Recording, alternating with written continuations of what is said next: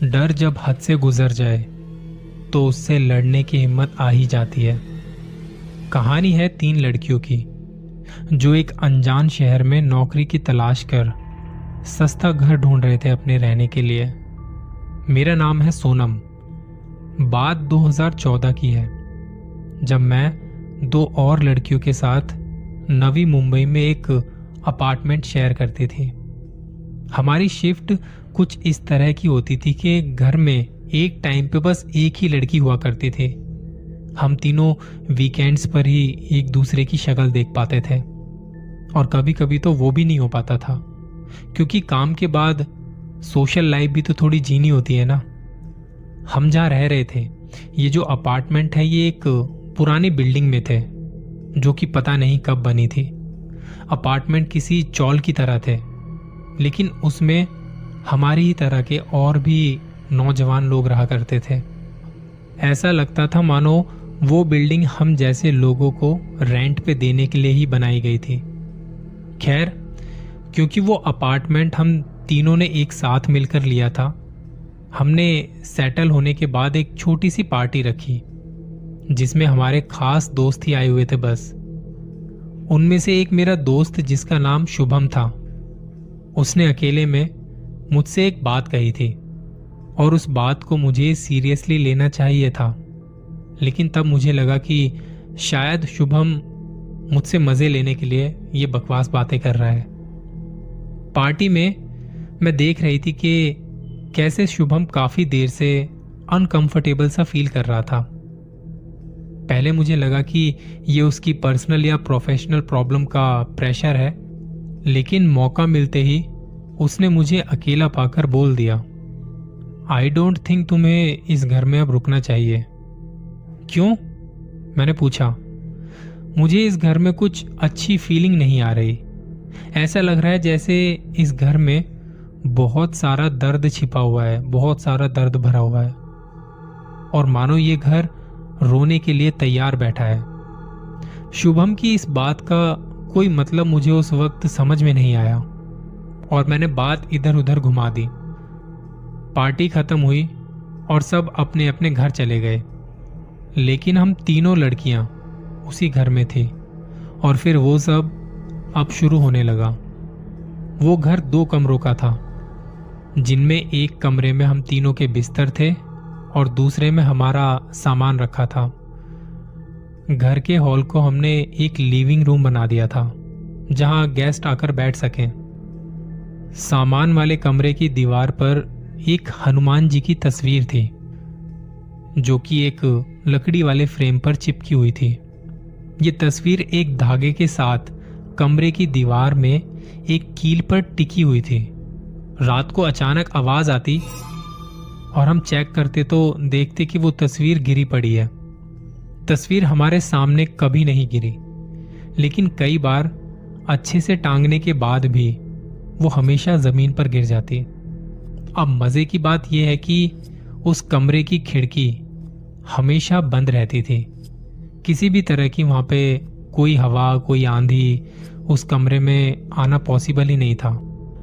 उस तस्वीर के फ्रेम, धागे और यहां तक कि कील को भी हमने कई बार चेक कर लिया था।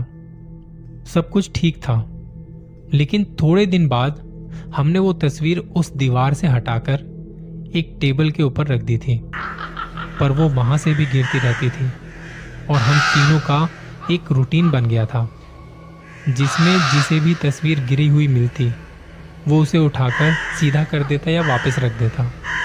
पर सबसे डरावनी बात कुछ और ही थी। ये शुरू हुआ जब पार्टी के 1-2 दिन बाद मैं रात को अपने एक दोस्त से फोन पर बात कर रही थी। बात के बीच में अचानक मेरा दोस्त मुझसे बोला, तेरे घर में कोई बच्चा है क्या?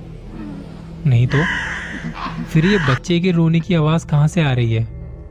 मेरा दोस्त एकदम श्योर था कि उसे फोन की मेरी साइड से बैकग्राउंड में किसी बच्चे के रोने की आवाज सुनाई दे रही थी। मैंने फोन कान से हटाकर ध्यान से सुनने की कोशिश की, लेकिन रात के सन्नाटे में कोई और आवाज मेरे कान से नहीं टकराई। मैंने फिर अपने दोस्त से पूछा और उसने बताया कि बच्चे के रोने की आवाज अभी भी आ रही है। उस रात के बाद ऐसा कई बार होता गया। मैं चाहे अपने दोस्त से बात करती, घर वालों से या फिर ऑफिस के लोगों से, हर किसी को बच्चे के रोने की आवाज सुनाई देती। मैंने पता करने की कोशिश की, लेकिन उस बिल्डिंग में बच्चे वाला मैरिड कपल मुझे तो नहीं मिला, क्योंकि वहां सब हमारे जैसे सिंगल बंदे थे जो सस्ते रेंट के लिए वहां रह रहे थे। एक रात की बात है, मैं सोने की कोशिश कर रही थी कि अचानक मुझे दूसरे कमरे से तस्वीर गिरने की आवाज आई। नींद तो आ नहीं रही थी, इसलिए मैं उठकर दूसरे कमरे में तस्वीर उठाने चली गई, पर पूरे कमरे में ढूंढने के बाद भी मुझे वहां तस्वीर नहीं मिली। थक हार कर मैं वापस अपने बेडरूम में आ गई और मैंने देखा कि वो तस्वीर मेरी खिड़की के वहां पे रखी हुई थी। डर के मारे मेरे पैर कांपने लगे। मैंने तुरंत अपनी रूममेट को फोन लगाया जो अपनी शिफ्ट पर थी और उसे ये सब बताया। अरे वो मैंने ही दिन में एक टेबल पर रख दी थी खिड़की के पास, क्योंकि बार बार गिरती रहती थी उस रूम में। तब जाकर मेरी सांस में सांस आई, पर फिर मेरे दिमाग में ख्याल आया कि अगर तस्वीर यहीं पर थी तो दूसरे कमरे से वो आवाज किस चीज की थी गिरने की। मैंने तुरंत अपनी रूममेट को कॉल किया, लेकिन इस बार उसने फोन नहीं उठाया। शायद वो बिजी हो गई होगी। तो मैंने शुभम को फोन किया और उसे तस्वीर और उस आवाज के बारे में बताया। शुभम मुझे कहने लगा कि उसे पहले से ही इस घर में कुछ अच्छी फीलिंग्स नहीं आ रही थी, लेकिन तब उसने मुझसे पूछा, तुम अकेली हो क्या? हाँ, इस वक्त मैं अकेली हूँ, बाकी शिफ्ट पे गई हैं। कहीं जा सकती हो इस वक्त? किसी फ्रेंड या रिलेटिव के यहाँ? क्यों? अगर पॉसिबल हो तो चली जाओ, अब इस घर में रुको मत। मैंने कुछ सोचने के बाद अपना बैग पैक किया और अपने एक अंकल के यहाँ चली गई जो सांता क्रूज में रहते थे। वहां जाकर सुबह मैंने शुभम को फिर से फोन किया और तब उसने बताया, कल रात तुमसे बात करते वक्त मुझे तुम्हारे बैकग्राउंड से 2 आवाजें आ रही थी। एक किसी छोटे बच्चे की रोने की और दूसरी किसी औरत के रोने की। तभी मैंने पूछा था कि तुम अकेली हो क्या? उस दिन के बाद मैंने एक नया घर ढूंढना शुरू कर दिया और तब तक मैं सोने के लिए सांता क्रूज आ जाती थी अपने अंकल के यहाँ पे। उस घर में अब कौन रह रहा है और वहां क्या हो रहा है मुझे कोई आइडिया नहीं। कुछ जगहों के साथ कुछ ऐसी कहानियां जुड़ी होती हैं जिन पर यकीन करना आसान नहीं होता। ऐसी कहानियों पर कोई तब तक यकीन नहीं कर पाता जब तक कि खुद के साथ ऐसा कुछ ना घट जाए, क्योंकि ये कहानियां हैं बुरी शैतानी ताकतों की। आज की कहानी में बस इतना ही। जल्दी मिलता हूं किसी और कहानी के साथ। अपना ख्याल रखिए।